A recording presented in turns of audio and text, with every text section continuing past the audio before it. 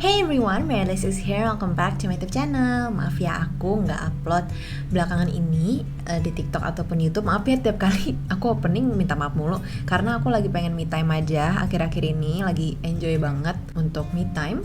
So, sorry for that. And by the way, buat kalian yang belum subscribe, boleh subscribe sekarang dan jangan lupa untuk nyalain notifikasinya atau belnya biar nggak ketinggalan untuk aku upload video baru. Let's get started. Harry Potter dan Kamar Rahasia. Bab 6, Gilderoy Lockhart. Esoknya, Harry nyaris tak bisa tersenyum lagi. Keadaan sudah mulai memburuk sejak saat sarapan di aula besar. 4 meja besar asrama dipenuhi berpanci-panci bubur, berpiring-piring ikan haring asap, bergunung-gunung roti panggang, telur, dan daging asap di bawah langit-langit sihiran. Hari ini abu-abu suram berawan. Harry dan Ron duduk di meja Gryffindor bersama Hermione yang menyandarkan buku vakansi dengan vampirnya yang terbuka pada seteko susu. Hermione mengucapkan sapaan paginya dengan sedikit kaku, sehingga Harry tahu dia masih mencela cara kedatangan mereka. Neville Longbottom, sebaliknya, menyambut mereka dengan ceria. Neville adalah anak berwajah bundar dan cenderung mengalami berbagai kecelakaan. Ingatannya juga parah sekali. Sudah waktunya pos datang. Kurasa nenek akan mengirim beberapa barang yang kulupakan. Harry baru menyendok buburnya ketika, benar saja, terdengar deru keras dan kira-kira 100 burung hantu terbang masuk, berputar-putar di aula dan menjatuhkan surat dan paket kepada anak-anak yang asyik berceloteh. Sebuah bungkusan besar tak beraturan terguling dari kepala Neville dan sedetik kemudian, sesuatu yang besar dan berwarna abu-abu jatuh ke dalam teko susu Hermione, menciprati mereka semua dengan susu dan bulu. "Arrow!" seru Ron, menarik keluar burung hantu basah kuyup itu pada kakinya. Errol terpuruk, pingsan di atas meja, kakinya mencuat ke atas, dan sebuah amplop merah tergigit di paruhnya. "Oh tidak!" Ron memekik panik. "Tidak apa-apa, dia masih hidup," kata Hermione, menekankan Errol lembut dengan ujung jarinya. "Bukan itu, tapi itu." Ron menunjuk amplop merah di paruh Errol.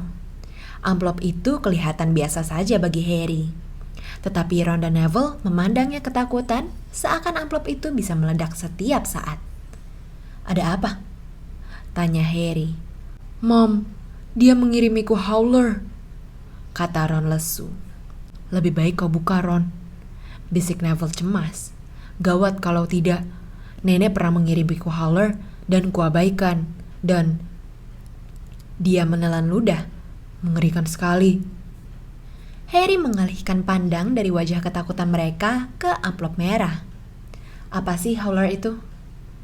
tanyanya. Tetapi seluruh perhatian Ron tercurah pada surat itu yang sudah mulai berasap ujung-ujungnya.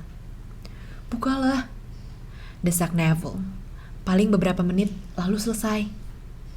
Ron mengeluarkan tangan yang gemetar, menarik amplop itu dari paruh Errol dan membukanya. Neville menjejalkan jari ke lubang telinganya. Sedetik kemudian, Harry tahu kenapa. Sekejap, dikiranya amplop itu meledak. Teriakan keras sekali membahana memenuhi aula besar itu, merontokkan debu dari langit-langitnya. "Mencuri mobil! Aku tidak akan kaget kalau mereka mengeluarkanmu. Tunggu sampai aku ketemu kau. Pasti kau tidak berpikir bagaimana kaget dan cemasnya ayahmu. Dan aku ketika melihat mobil sudah tak ada." Teriakan Nyonya Weasley 100 kali lebih keras daripada biasanya, membuat piring-piring dan sendok-sendok bergeretak di atas meja. Suaranya bergaung memekakan di dinding-dinding batu. Anak-anak di aula berputar di tempat duduk mereka untuk melihat siapa yang menerima howler. Ron merosot rendah sekali di kursinya sampai hanya kepalanya yang merah yang kelihatan.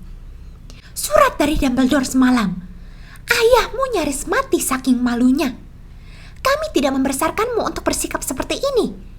Kau dan Harry bisa mati." Harry sudah bertanya-tanya dalam hati kapan namanya akan muncul. Dia berusaha keras bersikap seakan tidak terdengar suara yang membuat gendang telinganya berdenyut-denyut. Benar-benar menjijikkan. Ayahmu akan diinterogasi di kantornya. Salahmu sebenarnya, dan kalau melanggar peraturan lain sedikit saja, kami akan langsung membawamu pulang. Aula sunyi senyap. Amplop merah yang terjatuh dari tangan Ron menyala, lalu tergulung menjadi abu. Harry dan Ron duduk terpaku, seakan baru disapu gelombang besar. Beberapa anak tertawa, dan sedikit demi sedikit celoteh ramai mulai terdengar lagi. Hermione menutup buku vakansi dengan vampir dan menunduk memandang puncak kepala Ron. Aku tak tahu apa yang kau harapkan, Ron, tapi kau... Jangan bilang aku layak menerimanya, gertak Ron. Harry mendorong buburnya menjauh. Dia merasa sangat bersalah. Tuan Weasley akan diinterogasi di kantornya. Setelah kebaikan Tuan dan Nyonya Weasley terhadapnya selama musim panas. Tetapi dia tak punya banyak waktu untuk berlama-lama mencemaskan hal ini. Profesor McGonagall berjalan mengelilingi meja Gryffindor, membagikan jadwal. Harry mengambil jadwalnya dan melihat 2 jam pertama mereka adalah herbologi, bareng dengan Hufflepuff. Harry, Ron, dan Hermione meninggalkan kastil bersama-sama, menyeberangi kebun sayur, dan menuju ke rumah-rumah kaca, tempat tanaman-tanaman gaib dipelihara. Paling tidak, Howler sudah menghasilkan satu hal baik. Hermione kelihatannya berpendapat mereka sudah cukup mendapat hukuman dan sudah ramah seperti biasa lagi. Mendekati rumah-rumah kaca, mereka melihat anak-anak lain sudah berdiri di depannya menunggu Profesor Sprout. Harry, Ron, dan Hermione baru saja bergabung dengan mereka ketika Profesor Sprout muncul di seberang halaman rumput ditemani Gilderoy Lockhart. Lengan Profesor Sprout diperban di sana-sini, dan dengan entakan rasa bersalah lagi, Harry melihat dedalu perkasa di kejauhan. Beberapa dahannya sekarang memakai kain gendongan. Profesor Sprout adalah penyihir wanita pendek gemuk yang memakai topi bertambal di atas rambutnya yang berterbangan. Biasanya, wajah dan pakaiannya berlumuran tanah, dan kukunya akan membuat bibi Petunia pingsan. Gilderoy Lockhart sebaliknya, sangat rapi dan bersih. Jubahnya yang berwarna hijau toska melambai, rambutnya yang keemasan berkilau di bawah topi hijau toska berpelipit emas yang bertengger sempurna di atas kepalanya. Oh, halo anak-anak, sapa Lockhart, tersenyum kepada kerumunan anak-anak. Baru saja menunjukkan kepada Profesor Sprout bagaimana mengobati dedalu perkasa. Tapi aku tak mau kalian mengira aku lebih pintar daripada dia dalam herbologi. Kebetulan saja aku pernah bertemu beberapa tanaman eksotis dalam perjalananku. Rumah kaca nomor 3 hari ini anak-anak, kata Profesor Sprout yang kelihatan jelas jengkel, tidak ceria seperti biasanya. Terdengar gumam tertarik. Selama ini, mereka cuma belajar di rumah kaca nomor 1. Rumah kaca nomor 3 berisi tanaman yang jauh lebih menarik dan berbahaya.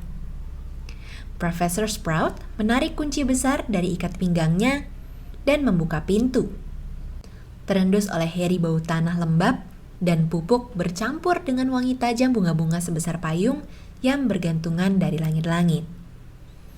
Harry baru mau mengikuti Ron dan Hermione masuk ketika tangan Lockhart terjulur. Harry, aku ingin bicara. Kau tidak keberatan kalau dia terlambat beberapa menit kan, Profesor Sprout? Dinilai dari cibiran Profesor Sprout, dia sebetulnya keberatan. Tetapi Lockhart berkata, terima kasih, dan menutup pintu rumah kaca di depan wajah Profesor Sprout. Harry, kata Lockhart, giginya yang putih besar-besar berkilauan tertimpa cahaya matahari ketika dia menggelengkan kepala. Harry, Harry, Harry. Saking kagetnya, Harry tidak bicara apa-apa. Waktu aku dengar, ya tentu saja. Semua itu salahku. Rasanya ingin ku tendang diriku sendiri. Harry sama sekali tak mengerti apa yang dibicarakannya. Dia baru akan berkata begitu ketika Lockhart meneruskan. Belum pernah aku seterkejut itu. menerbangkan mobil ke Hogwarts. Ya, tentu saja. Aku langsung tahu kenapa kau lakukan itu. Jelas sekali. Harry. Hebat sekali bagaimana dia bisa menunjukkan masing-masing giginya yang berkilauan, bahkan pada saat dia tidak bicara. Ku beri kau sekecap kepopuleran kan? Kata Lockhart. Kau langsung ketularan. Kau tampil di halaman depan surat kabar bersamaku, dan kau tak bisa menunggu lebih lama untuk tampil lagi. Oh, tidak Profesor, begini. Harry.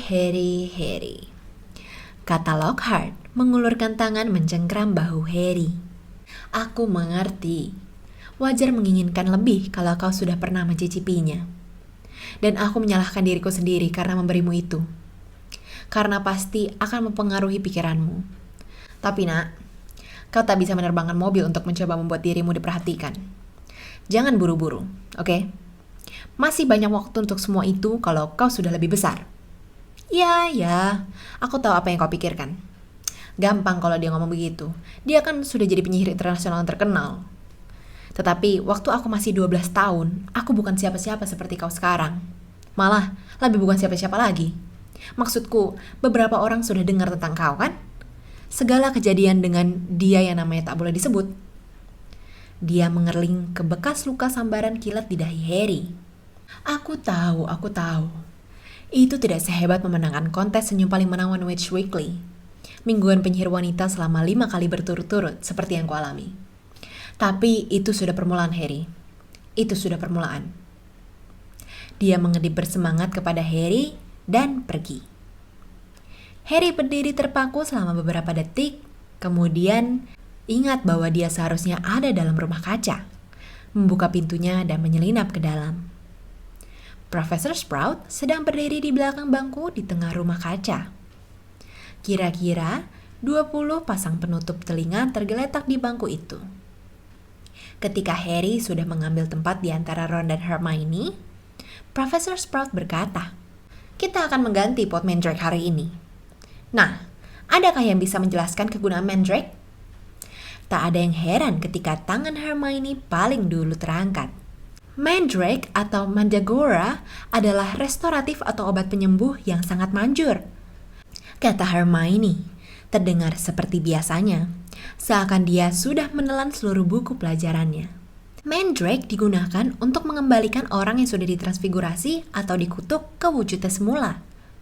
Bagus sekali. 10 angka untuk Gryffindor, kata Profesor Sprout. Mandrake merupakan bahan paling penting bagi banyak obat penangkal racun. Meskipun demikian, Mandrake juga berbahaya. Siapa yang tahu kenapa? Tangan Hermione nyaris menyenggol kacamata Harry ketika mengacung ke atas lagi. Jeritan Mandrake bisa berakibat fatal bagi siapa saja yang mendengarnya. Katanya segera. Persis, dapat 10 angka lagi, kata Profesor Sprout. Nah, Mandrake yang kita punya di sini masih mudah sekali. Dia menunjuk sederet nampan tinggi sambil bicara dan semua anak bergerak maju agar bisa melihat lebih jelas. Kira-kira 100 tanaman kecil yang menggerumbul seperti jambul berwarna hijau keunguan tumbuh berderet-deret dalam nampan itu. Kelihatannya biasa saja bagi Harry, yang sama sekali tak paham apa yang dimaksud Hermione dengan jeritan Mandrake. Masing-masing ambil sepasang tutup telinga, kata Profesor Sprout. Terjadi kehebohan ketika masing-masing berebut mengambil tutup telinga yang bukan merah jambu dan berbulu. Kalau kau minta dipakai, pastikan telinga kalian tertutup sepenuhnya, kata Profesor Sprout. Kalau sudah aman untuk membuka tutup telinga, ku beri tanda dengan mengangkat ibu jari. Siap? Pasang tutup telinga. Harry memasang tutup telinganya. Langsung tak terdengar bunyi apapun. Profesor Sprout memasang tutup telinga merah jambu berbulu ke telinganya, menggulung lengan jubahnya, memegang erat salah satu tanaman dan menariknya kuat-kuat. Harry terpekik kaget, tapi tak ada yang mendengarnya.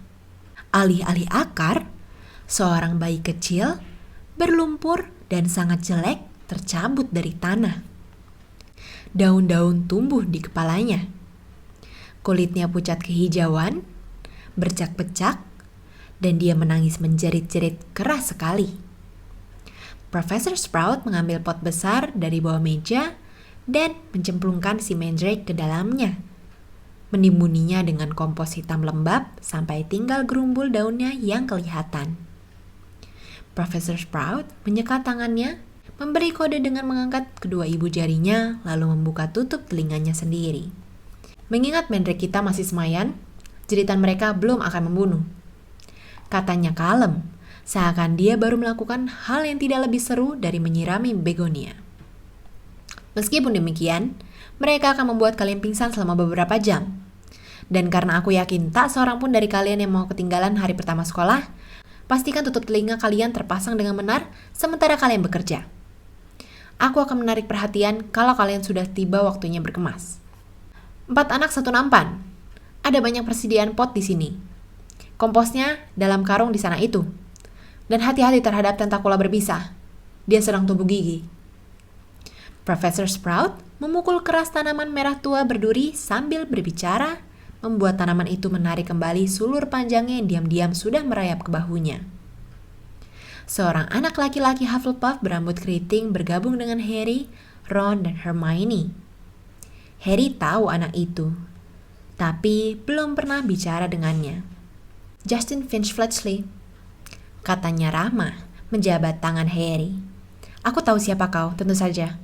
Harry Potter yang terkenal. Dan kau Hermione Granger, selalu nomor 1 dalam segala hal. Hermione berseri-seri, sementara tangannya juga dijabat. Dan Ron Weasley, bukankah mobil terbang itu milikmu? Ron tidak tersenyum. Pikirannya masih dipenuhi Howler. Si Lockhart itu hebat ya, kata Justin riang saat mereka mulai mengisi pot mereka dengan kompos kotoran naga. Bukan main pemberaninya. Kalian sudah baca buku-bukunya. Aku pasti ketakutan kalau disudutkan di box telepon oleh manusia serigala. Tapi dia tetap tenang dan zap. Sungguh luar biasa. Namaku sudah terdaftar di Eton sebetulnya. Tak bisa aku ceritakan betapa senangnya aku bisa masuk ke sini.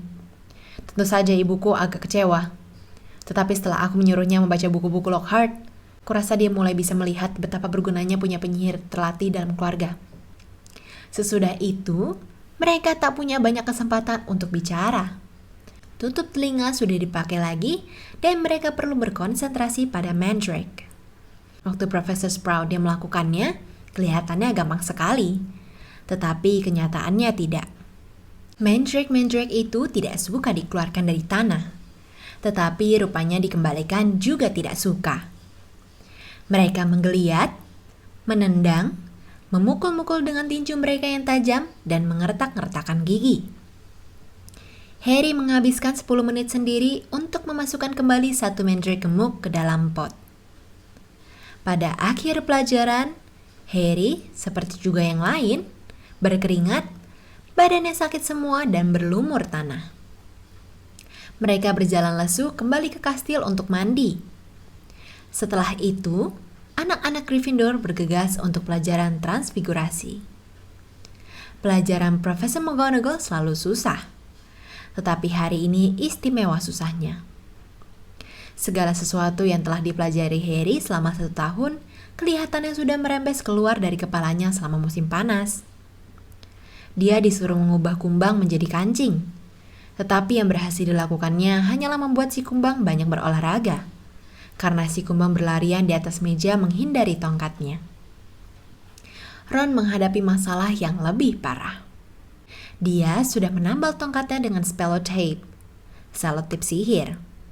Tapi rupanya tongkatnya sudah kelewat rusak dan tak bisa diperbaiki. Tongkat itu berkali-kali berderik dan mengeluarkan bunga api pada saat-saat yang tak terduga. Dan setiap kali Ron mencoba mentransfigurasi kumbangnya, tongkat itu menyelubunginya dengan asap tebal abu-abu yang baunya seperti telur busuk. Karena tak bisa melihat apa yang dilakukannya, tanpa disengaja kumbangnya terpencet sikunya sampai mati. Dan dia terpaksa minta kumbang baru. Profesor McGonagall tidak senang melihatnya. Harry lega mendengar bunyi bel makan siang. Otaknya terasa bagai spons yang diperas. Semua orang meninggalkan kelas kecuali dia dan Ron, yang menyabat-nyabatkan tongkatnya dengan sembal ke meja. Bodoh, tak berguna. tulis surat ke rumah minta ganti. Harry menyarankan ketika tongkat itu mengeluarkan sederet letusan keras seperti petasan. Oh ya, biar dapat hauler lagi, kata Ron, menjejalkan tongkatnya yang sekarang berdesis ke dalam tasnya. Salahmu sendiri tongkatmu patah. Mereka turun untuk makan siang. Suasana hati Ron tidak menjadi lebih baik melihat Hermione memamerkan kepada mereka segenggam kancing jaket sempurna yang dihasilkannya dalam pelajaran transfigurasi. Sore ini pelajaran apa? Tanya Harry, buru-buru mengubah topik pembicaraan. Pertahanan terhadap ilmu hitam, jawab Hermione segera. Kenapa? Tuntut Ron, menyambar daftar pelajaran Hermione. Kau menggarisbawahi semua pelajaran Lockhart dengan hati kecil-kecil. Dengan marah, Hermione merebut kembali daftar pelajarannya, wajahnya merah. Mereka menyelesaikan makan siang, lalu ke halaman. Udara mendung. Hermione duduk di undakan dan membenamkan hidungnya ke buku vakansi dengan vampir lagi. Harry dan Ron berdiri mengobrol tentang Quidditch selama beberapa menit sebelum Harry sadar bahwa ada yang mengawasinya. Mendongak, dia melihat anak laki-laki sangat kecil berambut seperti tikus yang semalam dilihatnya sedang memakai topi seleksi. Anak itu terpesona menatap Harry. Dia memegangi sesuatu yang kelihatannya seperti kamera biasa Muggle. Begitu Harry memandangnya, wajah anak itu langsung merah padam. Baik-baik saja, Harry. Aku Colin Creevy, katanya terengah, ragu-ragu maju selangkah. Aku juga di Gryffindor. Apakah menurutmu tidak apa-apakah kalau... Bolehkah aku mengambil fotomu? Katanya, mengangkat kameranya penuh harap. Foto? Harry mengulangnya dengan pandangan kosong. Supaya aku bisa membuktikan aku sudah bertemu kau, kata Colin Creevy bersemangat, maju lebih dekat lagi. Aku tahu segalanya tentang kau. Semua orang sudah cerita padaku tentang bagaimana kau selamat ketika kau tahu siapa mencoba membunuhmu, dan bagaimana dia menghilang, dan segalanya, dan bahwa kau punya bekas luka sambaran di dahimu. Matanya menyusuri batas rambut Harry. Dan anak laki-laki yang sekamar denganku bilang, kalau aku mencetak filmnya dengan ramuan yang benar, gambarnya akan bergerak-gerak. Colin menghela napas panjang, bergairah sekali, dan berkata, luar biasa sekali di sini ya. Aku tak pernah tahu segala hal aneh-aneh yang kulakukan itu sihir, sampai aku menerima surat dari Hogwarts. Ayahku pengantar susu. Dia juga tidak percaya. Jadi aku memotret banyak-banyak untuk dikirim pada ayahku di rumah. Dan akan bagus sekali kalau aku punya satu fotomu. Dia menatap Harry dengan pandangan memohon. Mungkin temanmu bisa memotretkannya dan aku boleh berdiri sebelahmu. Dan kemudian, maukah kau menandatanganinya? Foto bertanda tangan? Kau membagikan foto bertanda tangan, Potter? Keras dan pedas, suara Draco Malfoy bergaung di seluruh halaman. Dia berhenti tepat di belakang Colin. Diapit, seperti biasanya di Hogwarts, oleh dua kroninya yang besar dan kejam, Crabbe dan Goyle. Ayo, semua antre! Malfoy berteriak kepada kerumunan anak-anak. Harry Potter membagikan foto bertanda tangan. Tidak, bohong, kata Harry berang. Tinjunya terkepal. Tutup mulut, Malfoy. Kau iri, seru Colin, yang keseluruhan tubuhnya hanya sebesar leher Crabbe. Iri? Kata Malfoy, yang tak perlu lagi berteriak, karena separuh halaman sudah mendengarkan mereka. Kenapa aku mesti iri? Aku tak mau punya bekas luka konyol di keningku. Terima kasih deh. Menurutku kepala yang terbelah tidak membuat kita istimewa. Crabbe dan Goyle terkikik-kikik konyol. Menyebalkan kau, Malfoy, kata Ron, jengkel. Crabbe berhenti tertawa dan mulai menggosok-gosok buku jarinya yang besar-besar dengan lagak mengancam. Hati-hati, Weasley, ejek Malfoy. Jangan sampai bikin kesulitan lagi. Nanti terpaksa ibumu datang untuk menjemputmu dari sekolah. Dia mengubah suaranya menjadi tinggi melengking. Kalau sekali lagi kau melanggar. Segerombolan anak kelas 5 Slytherin tertawa terbahak. Weasley akan senang mendapat foto bertanda tangan, Potter. Malfoy menyeringai menjengkelkan. Nilainya lebih tinggi daripada seluruh rumahnya. Ron mencabut keluar tongkatnya yang sudah berselotape, tetapi Hermione menutup buku vakansi dengan vampirnya dengan keras dan berbisik. Awas! Ada apa ini? Ada apa ini? Gilderoy Lockhart berjalan mendekati mereka. Jubah hijau Toskanya berkibar di belakangnya. Siapa yang membagikan foto bertanda tangan? Harry baru mau menjawab, tapi disela oleh Lockhart yang merangkul bahunya dan berkata menggelegar gembira. Mestinya tak perlu tanya. Kita bertemu lagi, Harry. Harry yang terpaksa menempel ke sisi tubuh Lockhart dengan wajah serasa terbakar saking malunya, melihat Malfoy menyeringai dan menyelinap ke dalam kerumunan. Ayo, Tuan Creevy, kata Lockhart tersenyum pada Colin. Foto kami berdua, biar adil. Dan kami berdua akan menandatanganinya untukmu. Colin geragapan mengangkat kameranya dan memotret mereka berdua tepat ketika bel berbunyi di belakang mereka, menandakan mulainya waktu belajar sore hari. Ayo, kalian berangkat. Seru Lockhart kepada anak-anak yang berkerumun. Dia berjalan kembali ke kastil dengan Harry yang ingin sekali menguasai mantra melenyapkan diri, masih menempel di sisinya. Dengar nasihatku, Harry, kata Lockhart kebapaan ketika mereka memasuki kastil lewat pintu samping. Aku baru saja melindungimu.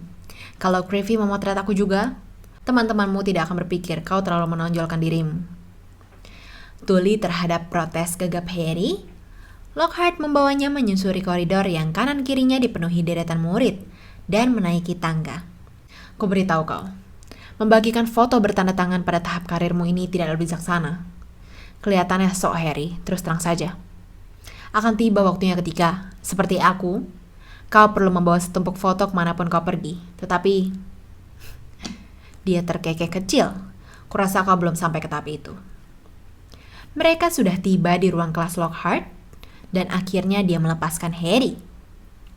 Harry menyentakkan dan meluruskan jubahnya dan menuju tempat duduk paling belakang di kelas. Dia lalu menyibukkan diri dengan menumpuk semua buku Lockhart di depannya supaya ia tak perlu memandang Lockhart yang sesungguhnya. Anak-anak lain masuk. Ron dan Hermione duduk di kiri kanan Harry. Kita bisa menggoreng telur di mukamu, kata Ron. Lebih baik kau berharap Creevy tidak bertemu Ginny. Bisa-bisa mereka langsung mendirikan klub pencinta Harry Potter. Diam, bentak Harry. Hal terakhir yang diinginkannya adalah Lockhart mendengar ungkapan klub pencinta Harry Potter. Ketika semua murid sudah duduk, Lockhart berdeham keras-keras dan seluruh kelas diam. Dia menjangkau ke depan, mengambil buku tamasya dengan troll milik Neville dan mengangkatnya untuk menunjukkan fotonya sendiri yang mengedip-ngedip di sampul buku. Aku, katanya seraya menunjuk fotonya dan ikut mengedip juga. Gilderoy Lockhart, Order of Merlin, kelas 3, anggota kehormatan Liga Pertahanan terhadap Ilmu Hitam, dan 5 kali memenangkan kontes senyum paling menawan Witch Weekly. Tapi aku tidak bicara tentang itu. Aku tidak mengusir Banshee si hantu perempuan dengan tersenyum kepadanya. Dia menunggu anak-anak tertawa. Beberapa tersenyum lemah. Merlin adalah penyihir hebat dan bijaksana dalam legenda Raja Arthur. Gelar kehormatan Order of Merlin dianugerahkan kepada para penyihir yang berjasa di dunia sihir. Kulihat kalian sudah membeli 1 set lengkap bukuku. Bagus. Kupikir hari ini kita akan mulai dengan kuis kecil. Tak perlu khawatir, cuma mengecek sejauh mana kalian sudah membacanya. Berapa banyak yang sudah kalian serap? Sesudah membagikan kertas ulangan, Lockhart kembali ke depan kelas dan berkata, kalian punya waktu 30 menit. Mulai. Sekarang? Harry menunduk memandang kertasnya dan membaca. 1. Apa warna favorit Gilderoy Lockhart? 2. Apa ambisi rahasia Gilderoy Lockhart? 3.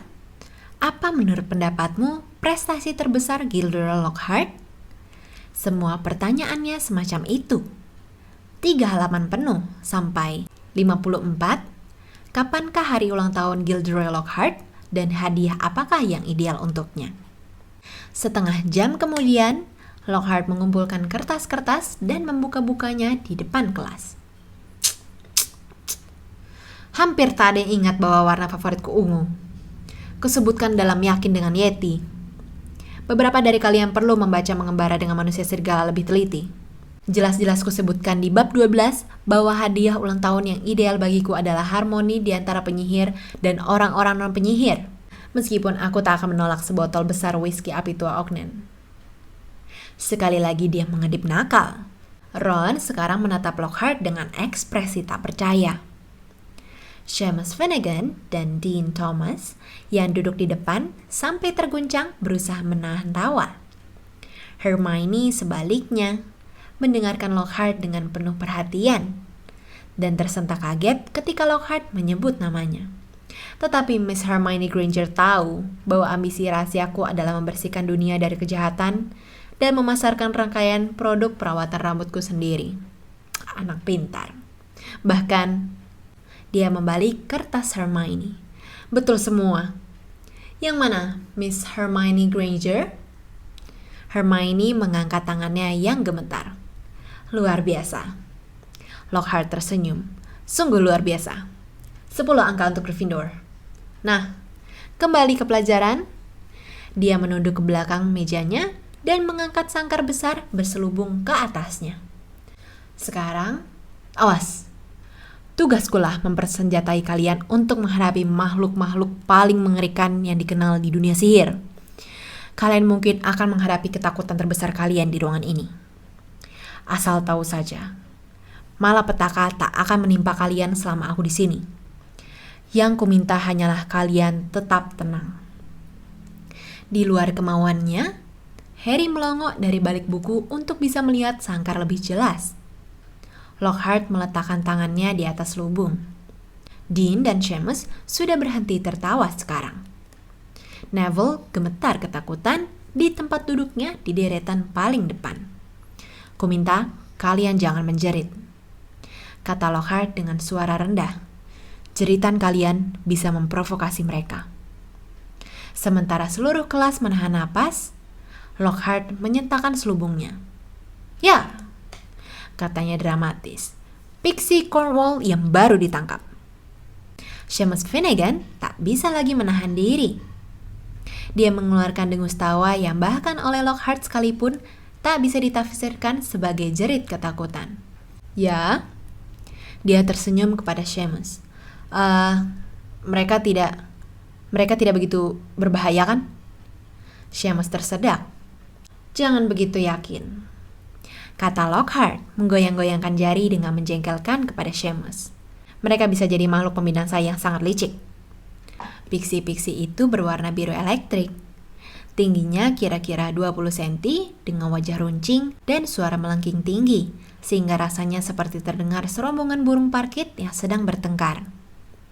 Begitu selubungnya dibuka, mereka mulai mengoceh dan meluncur ke sana kemari, menggoyang-goyang jeruji sangkar dan mengernyit-ngernyitkan muka ke anak-anak yang ada di dekat mereka. Baiklah, kata Lockhart. Kita lihat bisa kalian apakan mereka. Dan dibukanya sangkar itu. Keadaan jadi amat kacau balau. Pixie-pixie itu meluncur ke segala jurusan seperti roket.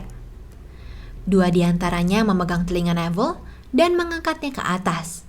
Beberapa di antaranya melesat menerobos jendela, menghujani deretan belakang dengan pecahan kaca.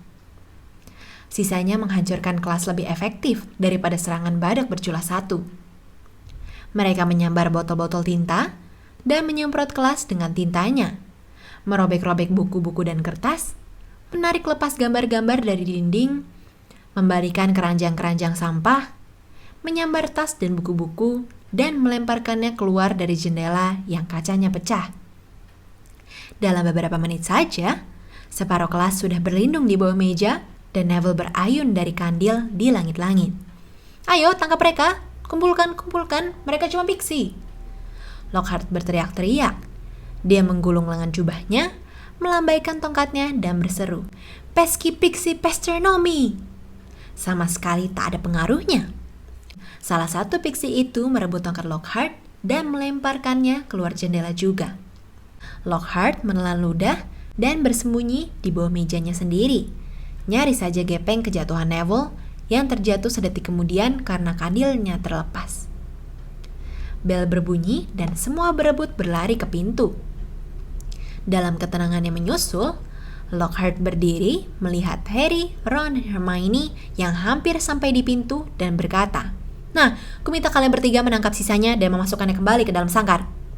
Dia melewati mereka dan cepat-cepat menutup pintu di belakangnya. "Kalian percaya dia?" raung Ron kesakitan ketika salah satu pixie yang tersisa menggigit telinganya. "Dia cuma ingin memberi kita pengalaman langsung," kata Hermione, membuat dua pixie tak bisa bergerak dengan mantra pembeku dan menjejalkan mereka kembali ke dalam sangkar. "Pengalaman langsung?" kata Harry yang berusaha menangkap pixie yang menari-nari menjauh dengan lidah terjulur. "Hermione, dia sama sekali tidak tahu apa yang dilakukannya." "Omong kosong," kata Hermione. "Kau sudah membaca buku-bukunya. Lihat saja hal-hal luar biasa yang sudah dilakukannya." "Yang katanya sudah dilakukannya," gumam Ron. Selesai. Yeay. Panjang juga, aku aus banget, padahal aku udah minum berapa kali. Terima kasih buat kalian yang udah nonton. Jangan lupa like, comment, dan subscribe, dan share ke teman-teman kalian yang belum tahu channel ini, supaya channel ini semakin berkembang dan semakin banyak orang yang tahu cerita tentang Harry Potter dan semakin banyak Potterhead Indonesia. And I'll see you guys in the next video. Bye bye.